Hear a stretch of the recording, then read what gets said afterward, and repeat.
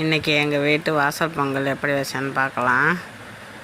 சுற்றிலும் சாக்கு படத்தை வச்சு மறைச்சிக்கிட்டோம், அடுப்பு எரிய விடுற மாதிரி.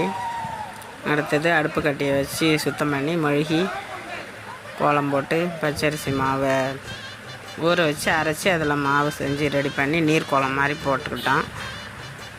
அடுத்து பிள்ளையார் மடையிலையும் அந்த கோலம் போட்டேன். படைக்கிற இடத்துலையும் கோலம் போட்டுக்கிட்டு பிள்ளையார் மடையில் சாணி எடுத்து பிள்ளையார் பிடிச்சி அதில் வச்சுட்டேன். அருகம்புல் வச்சு பூ, காவாரம்பூ, தும்பப்பூ, நம்மள்ட்ட இருக்கிற பூவெல்லாம் அது மேலே அபிஷேகம் போட்டுட்டு வச்சுட்டு இலையை போட்டு இலையில் காய்கறி,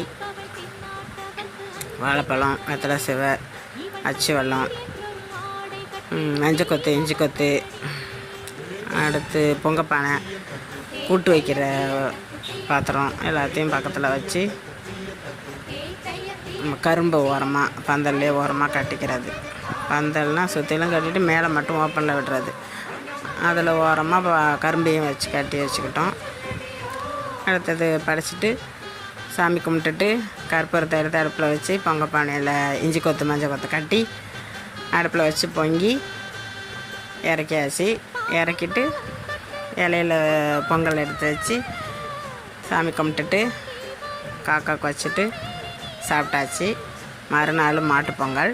மாட்டுப்பொங்கலுக்கும் ஒரு சின்ன பானை எடுத்து, புது பானை எடுத்து, மண் பானை எடுத்து அதில் பொங்கல் வச்சு சாமி கும்பிட்டுட்டு படைச்சிட்டு திரும்ப அதுக்கு உள்ள மாலை எல்லாம் ரெடி பண்ணிவிட்டு பூ மாலை, இலையெல்லாம் சில இலைகளை போட்டு மாலை பின்னுவாங்க. அதை பின்னி மாலையும் வச்சு சாதத்தையும் வச்சு மாட்டுக்கு சாமி கும்பிட்டுட்டு திரும்ப வீட்லேயும் வந்து நான்வெஜ்ஜு சமைச்சி எல்லாத்தையும் வச்சு அதையும் சமைச்சி வச்சு சாமி கும்பிட்டு முடிஞ்சாச்சு. மாட்டுப்பொங்கலும் முடிஞ்சிச்சு.